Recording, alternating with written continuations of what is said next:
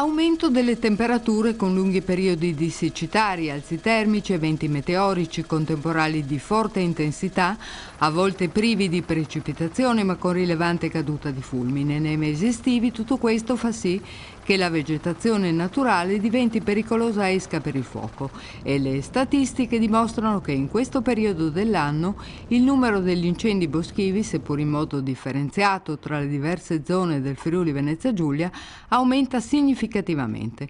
È quindi necessario attivare tutte le misure utili a contrastare il fenomeno. Questi i motivi che hanno determinato la decisione della Regione, come già negli anni scorsi, di dichiarare fino al 31 agosto, con un decreto firmato dalla Presidente Deborah Serracchiani, lo stato di grave pericolosità degli incendi boschivi per tutto il territorio regionale, compreso nel perimetro indicato dal piano di difesa del patrimonio forestale dagli incendi.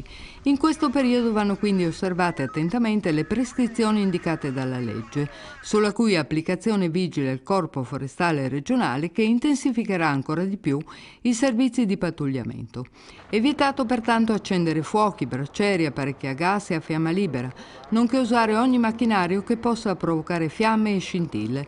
Non è consentito bruciare immondizie, scarpate, argini o materiali di risulta delle ripuliture colturali.